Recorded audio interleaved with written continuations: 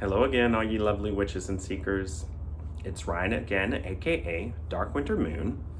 And for all of those that are new to the channel, welcome. And for all of those that are returning, welcome back. I created this channel to talk about all things witchy and magical. So whether you are a beginner witch and magician or an advanced practitioner, there's something here for you. And today what I wanted to talk about is working with the element of earth. But before we get into that, I wanted to thank each and every one of you for watching my videos, for supporting me in any way that you can. So whether it's liking, subscribing, leaving comments, sharing my videos with someone you think might be interested, or it's going to my website and checking it out, and maybe booking a tarot or rune reading with me, or even joining my Patreon to take advantage of some of my perks. It's all greatly appreciated. Now, with all of that said, let's talk about the element of earth. So in last week's video, I talked about elemental affinities. And for me, I said air is first, but what I didn't say is that fire is my secondary element, water is my third, and earth is actually my final element. And you all may have similar or different makeups. I'll link that video here so you can see what I said about it. But just because earth is the element I feel least connected to does not mean I don't have a powerful connection to it. And as I worked in magic and witchcraft, my affinity for all the elements has grown. And I've had phases in my practice where I have been called to work specifically with each one of the elements and thereby deepen my relationship, my connection, and my understanding of it. So in my life, how has this elemental connection with earth manifested? Well, I've always been drawn to nature and the outdoors. I've always enjoyed camping and hiking. And growing up in Arkansas, there's a lot of opportunity to do these things. Some of my favorite places in Arkansas are in the mountains or on a mountain. I mentioned in my last video a state park called Pettigene. There's lots of beautiful stone there, and I've always loved to walk up to these beautiful stone columns and formations and touch them and kind of connect with the earth that way. And as I said in my last video, my primary element is air. And so what better way to connect with earth and air but to stand on top of a mountain? Mountains have always fascinated me. And I've always felt at home on a mountain. Earth is a very centering and homing element. And one of the earliest things that I learned in witchcraft was grounding and centering. And that is reaching down and connecting into the earth and allowing yourself to become part of that energy or become more connected to that energy. I'm gonna link a video here that tells you how to do that. So whenever you're feeling off balance, dizzy, magically overtaxed, or just overtaxed in general life, reaching down and touching the earth will really help you to ground yourself. So simply putting your bare feet on the earth and leaning down and putting your bare hands on the earth will allow you to connect to it. Hugging a tree is another way to do this. I know that sounds kind of silly and cliche, but it actually is a thing. Trees have a deep earth connection.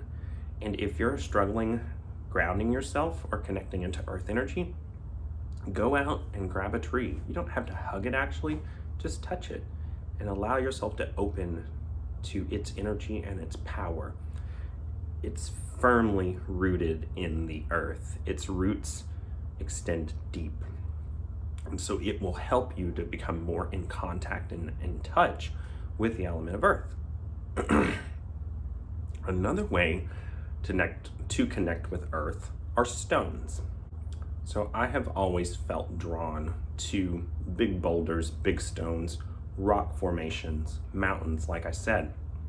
Unfortunately, most of Arkansas is part of an ancient mountain range called the Ozarks. It's a really great place, just as you're out and about in the wilderness of Arkansas, to find large stones. sitting there, and I've always felt drawn to touch them and connect them, like I was talking about with the stone formations at Pettigene.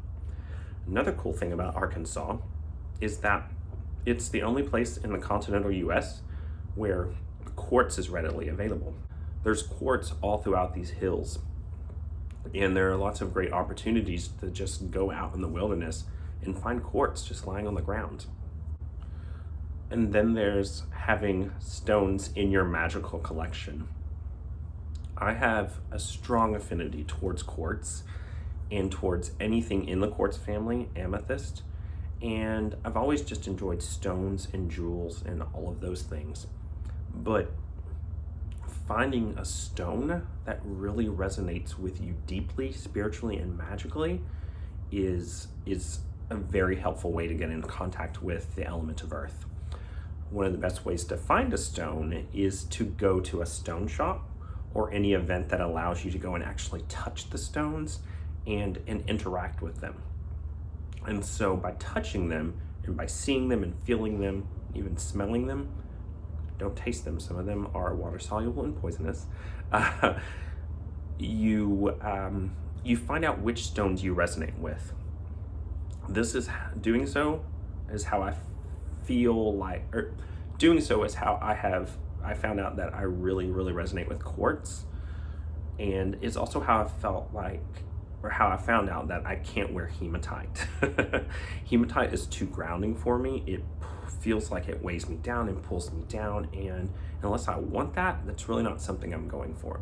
So usually when I look for a stone, I want something that's enlivening and generating energy in me, and that feels like I have this connection to it.